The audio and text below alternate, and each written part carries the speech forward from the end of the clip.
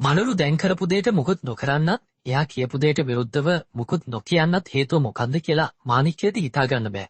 කොහොමද එච්චර දෙයක් කියලා එයාගේ දාඩිය පීදාන කල්ම මාණික්ක බලන් හිටියේ. එයා දන්නේ ඒ වෙලාවේ කටවහලා තිබ්බ ඔරලෝසුවේ වැරද්දක් නැහැ කියන්න විතරයි. ඉතින් මනරු එතනින් උඩට ගියත් මාණික්ක ඊළඟට අඩිය තියන්න වෙන වෙලාවක් ගියා. දැන් පන්ති පටන් අරන් ඇත්තේ. හැබැයි එයාගේ හිත ඇතුලේ වෙනම පන්තියක්. මාණික්ක පුතා මොකද මෙතන කරන්නේ? පන්තියට යන්නේ? පඩිපෙළ මැද්දේ හිටන් මින්දෙන් නැගිට්ටා වගේ එයා මිස් දිහා බැලුවේ රත් වෙලා. මොකෝ මේ කොල්ල රතු වෙලා අද මොකක්? මිස් ඒ කියලා ඉවර කරන්නත් කලින් එයා කමුල් දෙක අල්ලන් හයින් අතුල්ල ගන්න ගත්තේ කලබලෙන්. මම රතු වෙලා නෑ මිස්. හැබැයි දැන් නම් හොඳටම රතු වෙලා මාණික්ය. ඇත්ත. දැන් නම් මාණික්‍යගේ කමුල් දෙක එයා සුදු නිසාම හොඳට රතු වෙලා පේනවා. දැන් ඇත්තටම එයා පොඩි බබෙක් වගේ. මිස්ටත් ඒ දැකලා hina. ඒත් පන්තියට යන්න පරක්කු වෙන නිසා එයා මාණික්කයටත් එන්නේ කියලා පඩිපෙළ නගිද්දි රතුලා හිටපු කොල්ලගේ කටින් වචන දෙක තුනක් එළියට පැන්නා. Fuck you මරෝ. ජීවිතේ පළවෙනි පාරට ඒ නම කටින් කියද්දිත් අමුතුයි. ඉතින් ආයෙම අර අහේතුක කේන්ති එළියට පන්නකොට එයා අත් පිටමලවගෙන පන්තියට ගියේ. ඒ කේන්ති හරි අමුතුයි. ඒ කේන්තියට කාටවත් ගහන්න හිතෙන්නේ නැහැ. ඒ වෙනුවට කම් දෙක හිණේට රත් වෙනවා දැන්නවා. ඒ දැනෙද්දි මාණික්කයට තව කේන්ති. හරි ළමයි අද ආපු නැති අය ඉක්මනට කියන්න ඔයාලගේ ඉංග්‍රීසි මිස් එයි. මිහිරි මිස් හැමදාමත් වගේ පන්තියේ නම් ලකුණු කරන්න පටන් ගත්තා. මාණික්කයත් ඉතින් සුපුරුදු තැනින් ඉඳගත්තේ ලාවට කොරිඩෝව දිහා බලන් වුණත් දැන් එහා පන්තියෙන් එළියට එන කට්ටිය අතරේ පොතකුත් තරම් කතාවක වැටලා යන කෙනාව දැකලා ආයෙ මොකද්ද වුණා. එතන මාණික්කයට තිබ්බ එකම හොඳ දේ උනේ මේ සැරේ යාළගේ ඇස් හම්බුන්නේ නැති එක විතරයි. Good morning children. Did you guys do your homework? අර අමුතු මොකක්ද එක මාණික්කගේ සිහිය ස්වර්ගස්ත කරලා. දන්නේම නෑ ඉංග්‍රීසි මිස් පන්තියටත් ඇවිත්. "ඒ මචං උඹට අර යකා වෙන මුකුත් කරන්න කිව්වේ නෑනේ." ඉතින් පොත් එළියට ගත්ත ගමන් සුලක්ෂණ ප්‍රශ්න කරන්න ගත්තේ අද තාප බලගෑමෙන් පස්සේ ලැබුණ සර්ප්‍රයිස් එක ගැන. නෑ. ඒක නෙමෙයි අපේ ටීම් එකේ කෝච් උඹ දන්නවද? උගේ එහෙම පෙනුමක් තිබ්බේ. අපේ කෝච්ගේ යාළුවෙක්. ඉතින් උඹට ආසාවක් නෑ මෙහෙ එකට එන්න? ඔය ප්‍රශ්නේ දැන් එයාගෙන් කී දෙනෙක් ඇහුවද කියලා මාණික්කට මතකත් නෑ. එහෙමයි කියලා මේ සැරේ එයා ඒකට මුකුත් කියන්නවත් බලින්නවත් ගියේ නෑ. ඒ වෙනුවට කටවහන් හිටියා. හිත මොනා කියනවද මොනාට ගාටනවද කියන්න දන්නේ. ඒත් දැන් මාණික්ක දන්නේ ඒ ඇරයුමට හිත විරුද්ධ නෑ කියලා විතරයි. ඊටත් අද වුණ දේ එයාට ඉස්සර ප්‍රැක්ටිස් කරපු හැම දවසක්ම මතක් කරා. ඊ යාළුවෝ දැන් නෑ තමයි. ඒත් ඒ මතක. "හේ මචං උඹට අවුලක් නෑනේ?" දැන් තමයි පබසන පන්තිට ආවේ. ඒකට හේතුව නම් කියන්න අමාරු නෑ. මොකද අද ආයෙම ටීම් එක ප්‍රැක්ටිස් කරන්න පටන් ගන්න නිසා පබසර එතන ඉන්න එක සාමාන්‍ය දෙයක්. නෑ මචං. ඉතින් හොර රහස්‍ය ආපු ප්‍රශ්නෙට නෑහෙන ගානට උත්තර දීලා එයා පොත දිහා බලාගත්තා. හිත යටින් ආයෙමත් බැට් එක අතර ගන්න මාණික්කගේ හිත නලියනවා. ඒත් එයාගේ හිත තාම කියන්නේ බලමු කියලා. "ගණන් ගන්න එපා බං. හිස්වර්ගයේ හැටි. හැබැයි අද කෝච් අපෙන් උඹ ගැන අහුවා බං." ඒ ටික ඇහෙද්දි මාණික්කගේ හිත ආයෙම දුවනවා. මෙච්චර වෙලා හරව ගන්න බැරුව තිබ්බ පබසර පැත්තට හැරුණෙත් ඒ වෙලේ. දන්නවනේ බං. එයාටත් ඕනේ නෑ උඹ මේ ඉස්කෝලේ ඉද්දි නිකන් අත් බැඳන් ඉන්න. ඒ වෙලේ උඹව අල්ලගන්න විදියක් තිබ්බේ නෑනේ පන්ති වලට ගිය නිසා. මම නම් කියන්නේ බං මේක නිකන් අපරාධයක්. විජිත් සර්ගේ චරිතයත් එක්ක මාණික්කෝක බලාපොරොත්තු වුණා. වැඩි සද්දයක් නැති කෙනෙක් වුණාට ඕන වෙලාවට කතා කරන්න කටාරින්න දෙපාරක් හිතන්නේ. ඉතින් මොකටද ටැගහන් හිටපු මැනිකලා ළඟට ආවට පස්සේ කස්වහන් ඉන්නේ. "ඒ මොනවා ජුවත් මං පිටි ඉස්කෝලේ කෙනෙක්. උඹගේ ටීම් එකේ අයටත් අවුල යන්න පුළුවන් බං. උඹට සගෝ දෙයියන්ගේ හාල් කැවිලද කියපන්." "මට? අවසර මාණික්ක. This is an individual work, not a group work, okay?" දෙන්න හිටිය හොඳ කයියක් කියන හොඳම සාක්ෂිය ඒ වෙද්දිත් මාණික්ක පිටිපස්සේ හැරිලා පබසරගේ මේසෙට එන තියන්න ඉද්දි පබසරේ තියේ පුටුවේ කකුල් දෙකෙන් ඉස්සරහට බල වෙලා. ඉතින් සුලක්ෂණ මාණික්කට වැඩමිටින් අනිද්දි කොල්ලෝ දෙන්නම පටගාල ස්ථානගත වුණා. දැන් මාණික්කට තියෙන ප්‍රශ්නේ මිස් මොකද්ද දුන්නේ වැඩේ කියලා හොයාගන්න එක. එහෙම එකක් ඔය වෙලෙදි දෙනවයි හොනේ. ඉතින් වැඩෙත් හොයන් පබසර කියපු දේවලුත් එක්ක හිතින් තර්ක කර කර මාණික්ක ගානට පාඩමේ සිහිට ආවා. ට්‍රැක් එකට වැටිලා කම්මැලි වුණත් crime and social responsibility කියන පාඩම අහන් හිටියා තමයි. ඒත් තෙව් පුර ඇත්තේකි කොඹෝ දහසයකි දිගදල අට්ටේකි සත් ගැබකි.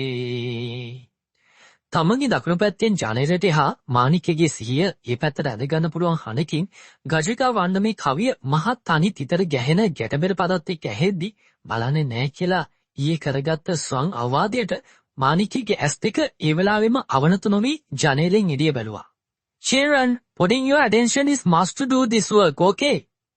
Beautiful things don't ask for attention. හින්දියට උනත් ඉස්සරහ හිටපු කොල්ල ඒ කිව්ව කතාව ඇත්තක් කියලා මානිකයට තේරෙන මහ වෙලාවක් ගියේ නෑ. කොල්ලෝ 6-7 දෙනෙක්ම එකට ඇහෙන වන්න මේ තානමට තාලෙට අඩිය තියෙන විදිය එයා බලන් හිටියත් මානිකගේ ඇස් නතර වෙලා තිබ්බේ එකම එක තැනක. එයාගේ වෙලාවටම ඒ කට්ටියම හිටි ඉස්සරහට හැරලා නිසා මානිකයට කිසි අපහසුතාවයක් නැතුව ඒ දිහා බලන් ඉන්න පුළුවන් වුණා.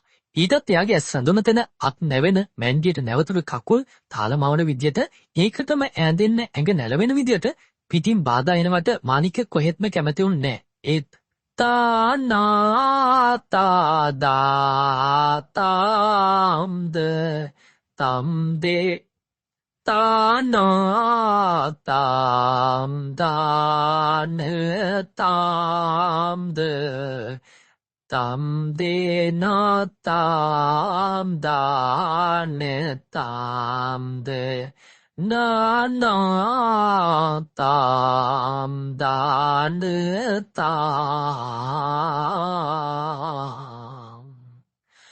මාලික මේ මරුරු රත්නව දැක්ක පළවෙනි වතාව. ඒ පළවෙනි වතාවම එයාට බලා ගන්න හම්බුනේ තත්පර ගාණක් වෙන්නේ නැති. ඊළඟ තාලමේම පිටිපස්සේ හැරෙන මරුරුගේ ඇස් දෙක කොහෙට යන්නත් කලින් දුවන් ආවේ මානික බලන් ඉන්න ජනේලය ළඟට. ඒ බැල්මට එයා ගැස්සුණා. ඇස් කන්නතෝ බලන් ඉන්න තරම් ඒ නටුමත් ලස්සනයි. ඒත් මොකද්ද මන්ද හේතුවකට කන්නඩි සීතල වේගෙන එනවා දැනෙද්දිම මානික්‍ය විදුල වේගෙන් ඉස්සරහා බලාගත්තත් වගේ එයාගේ ඔරලෝස සද්ද නොනගෙන ඒ පපුව ගැහෙන වේගය රතු පාටින් සීමාව පැනලා පෙන්නකොට එයා පෑන තද කරලා අල්ලගත්තේ එන මොකක්ද එක එළියට දාන්න තේරෙන්නේ නැතුව. ඊ බං උඹ දැක්කද මනුලුගේ පට්ට ට්‍රික් එකක් ෂෙයා වෙලා තියෙන ස්කූල් පේජ් එකේ? ඒ අනිත් පැත්තට සුලක්ෂණ පිටිපස්සේ හැරලා පබසලට ෆෝන් එක එළියට අරන් පෙන්නද්දි ඉංග්‍රීසි මිස් පන්තියෙන් ගිහිල්ලා. දැන් මානික්‍යයට මේක පුදුම අවනඩුවක්. කොහෙන් ගියත් අන්තිමට ඒ නමින්ම නැවතෙනවා. කෝ පින්නපා එදා ආඩ්ඩේ එක දවසේ උන්ගේ ඉවෙන්ට් එක ගිය වෙලාවේ ෆොටෝග්‍රැෆි සොසයිටි එකෙන් ගහලා තියෙන්නේ. පුරන්ඩු හිතත් තිබ්බ වුණත් මානික්‍යයටත් ඒක බලන්න ඕන. ඒත් බෑ ලොකුකම ඉස්සරහට පන්නවනේ. අඩෝ ඒක පට්ටපා. මූට ඉතින් කෙල්ල වශු වෙන එක කියන්න දෙයක් ඈ. ඊයේත් මගෙන් ඉතියක් මේක ගැන ඇහුවනේ. අපෙන් තමයි බා මොකෙක්වත් අහන්නේ නැත්තේ. උඹත් නඩපන්. එතකොට හරි. මම නටන්න ගත්තම කතරගම දේවාලේ ගෑනු ආරුඩ වුණා වගේ උයි. ඒක හරියන්නේ හරි. අනිත්‍ය වැඩක් නේ. ඒ කෙල්ලෝ ගැන කියද්දිම මානික්‍ය ලාවට ඒ පැත්තට කන යවුවේ ඇයි කියලා එයාටම හිතා ගන්න බෑ. සමහර විට එයාගේ ෆෑන් බේස් එක මතක් වෙලා වෙන්න පුළුවන් කියලා එයා තදටම විශ්වාස කළා. මොකද ඒ දවස්වල කියලා නෑ. තාමත් එයාගේ Instagram, Facebook එකට විතරක් නෙවෙයි යාළුවා තේ වුණා තියෙන ගෑනු ළමයින්ගේ පෙම්මැරියුම් කෝරිම් ටික පොඩි වෙලාවකට එයාට මතක් වුණා. පුදුමිට එයාට ඒ කිස් දෙකට තාම හිත ගිහින්නේ. ඉතින් ඒ ලොකුකමටද මන්දා ගෑනු ළමයි යාට තව වශී වෙනවා. ඒ බං මං යනවා දැන් අපිට බීසි. හරි. සුලක්ෂණ යනවා කියලා යද්දි තමයි මානික්‍යයාගේ වචනෙන් මේ හිතන බහුබූත ටික ඔළුවෙන් යවා ගත්තේ. ඒක තව ටිකක් හොඳට හිලවලා දාන්න යාට මතක් වුණු දෙයක් අහන්නත් එක්ක පිටිපස්සේ හැරුණේ මේසෙට තට්ටු කර කර ඉන්න පබසරව කතාවට අල්ලගන්න. එතකොට හරි. එතකොට මේ මොන විකාරයක්වත් යාට හිතෙන්නේ නැහැ. මේ මචං උඹ යන ජියෝග්‍රැෆි ක්ලාස් එක මොකද්ද? දැන් මාසෙකින් යාට කිසිම අමතර පන්තියකට යන්න බැරි වුණා. මොකද සති දෙකක් සිහිය නැතුව ඉඳලා ඊටු සති ගාන ආයම සුවතට හැරෙන්න ගිවිලා ගියා. ඊටත් කලින් ගියපු හැම ක්ලාස් එකකින්ම අයින් වුණේ එයාගේ මනසට වද දෙන මිනිසුන්ගෙන් ඈත් වෙන්න. ඒ අයගේ මුණු දකින වෙලාවට මානික්‍යව මනසින් කඩම් වැටෙනවා. අනික ඒවා හැම එකක්ම එයාලගේ යාළුවා අතර විතරක් තිබ්බ පෞද්ගලික පන්ති. බං අපි යන්නේ තිලක් සර්ගේ එකට. ඒක මරු හොඳට ගන්නනවා බං. එතකොට මීඩියා ඒකනම් අපි සෙට් එක යන්නේ. මනරු වරෙන් මෙතනද? අපි මේ ක්ලාස් හොයනවා. ඔන්න ආයෙම පටන් ගත්තා.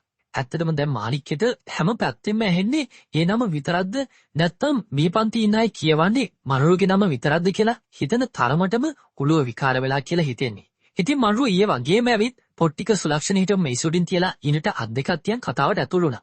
"හැයි ක්ලාස් මොකද්ද?" මානික්‍ය මගෙන් ජෝග්‍රෆි වලටයි මීඩියා වලටයි ක්ලාසස් ඇව්වා. මම මේකට රෙකමෙන්ඩේෂන් දෙනවා. මනරු අවත් හරි මානික්‍ය ඇස් උස්සලා එක සැරයක් හරි එයා දිහා බැලුවේ නෑ. ඒත් මනරු එයා ළඟම ඉඳගත්ත වෙලාවේ අර ගල් මූණ හදන් පිටියට හේතුනේ තව ලං වෙන්න දෙන්න කොහෙත්ම ඕනේ නෑ කියලා හිතලා. වෙන රෙකමෙන්ඩේෂන් මොකටද? අපි යන දෙකටම ආවනම් හරි ඒ සර්ලා හොඳයි. ඒක තමයි මාත් කිව්වේ. මචං මානික්‍ය අද වරෙන් අපිත් එක්ක යන්න.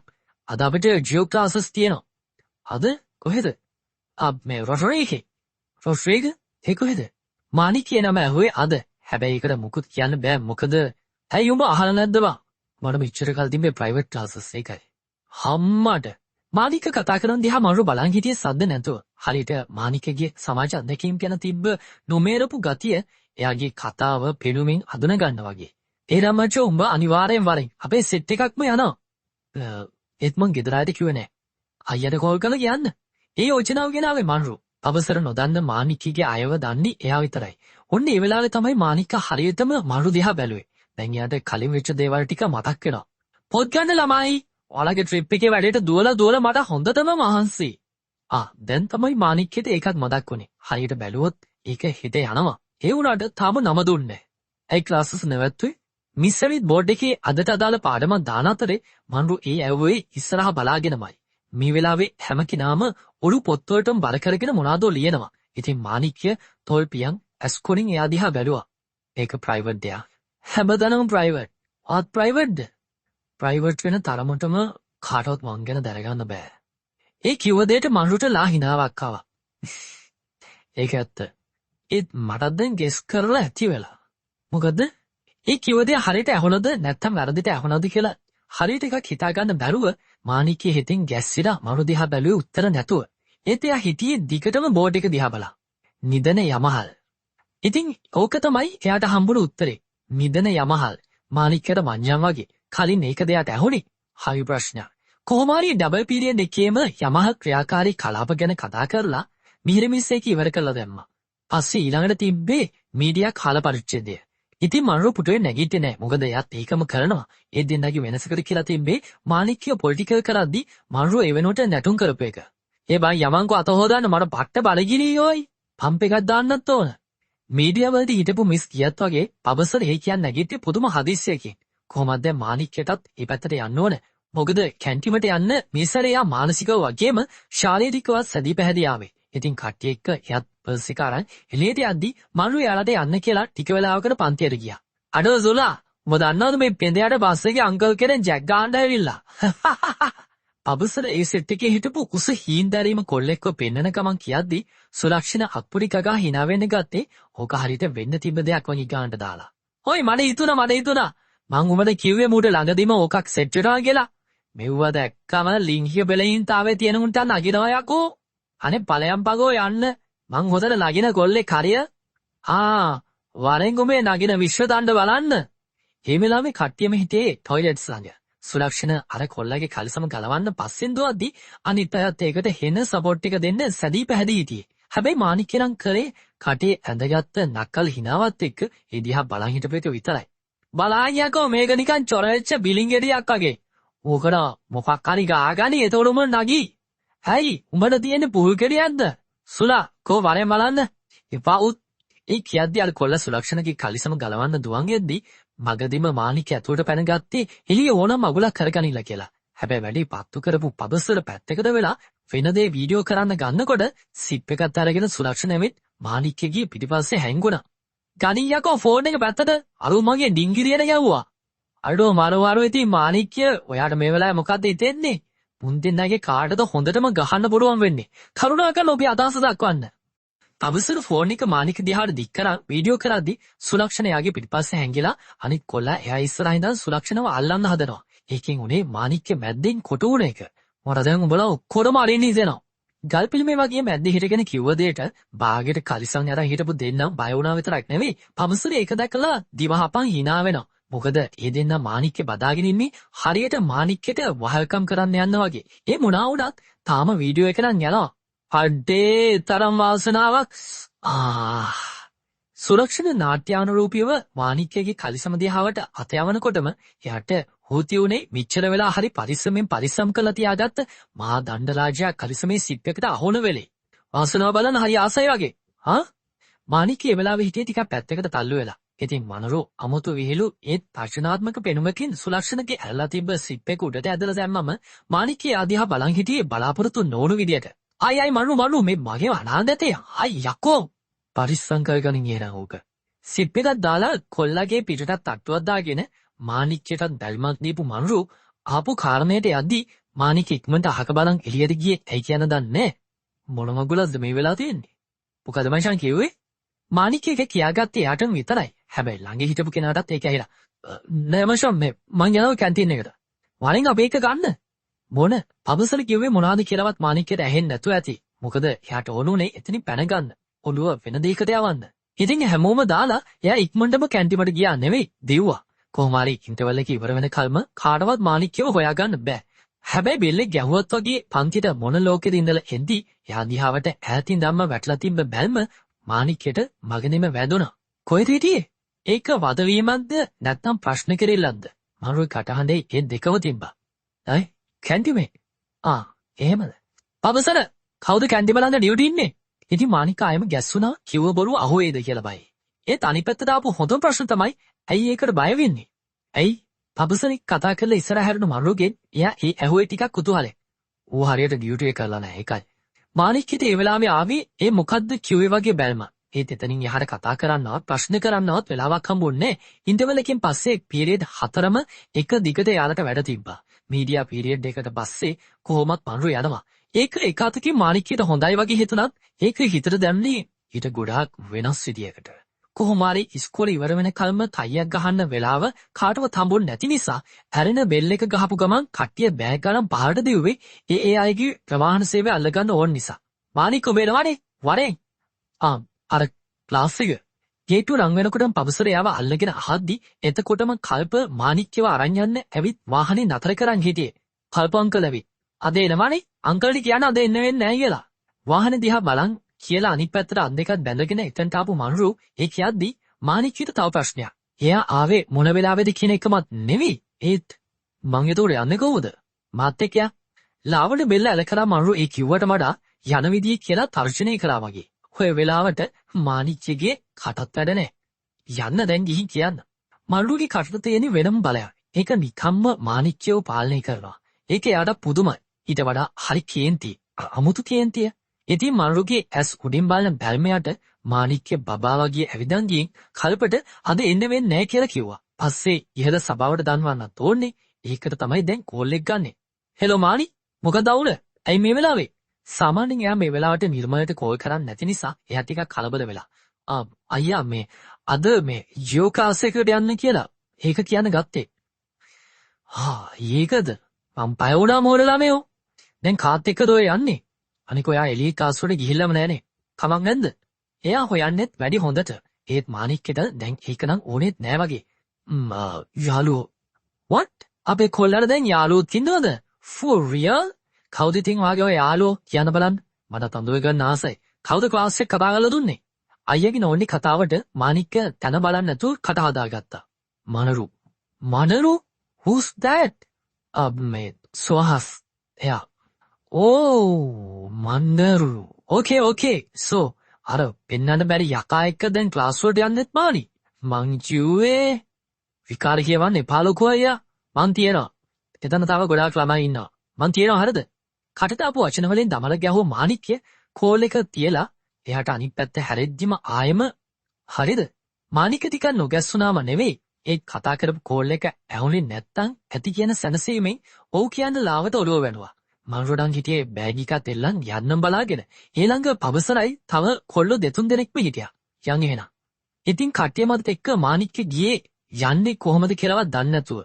පාරේ නම් දැන් එකම තදබදයයි. ඒක සාමාන්‍යයි. ඒ ගින් අන්තිමට යලා නැවතුනේ නවත්තලා තියෙන රතු පාට CTB බස් පේලියක් ළඟ. ඒ වෙනකොටත් එතන තිබ්බ බස් දෙක තුනම කොල්ලොන්ගෙන් පිරලා තිබුණේ. ඉතින් මානික්‍යයට කෙල ගිරුණා. මොකද මානික්‍ය ඉක්මනට නගින්න. හරි. මන්රු මෙතනට වරේ. ඕයි මගේ බෑග් එක ගන්න ඉසගෝ.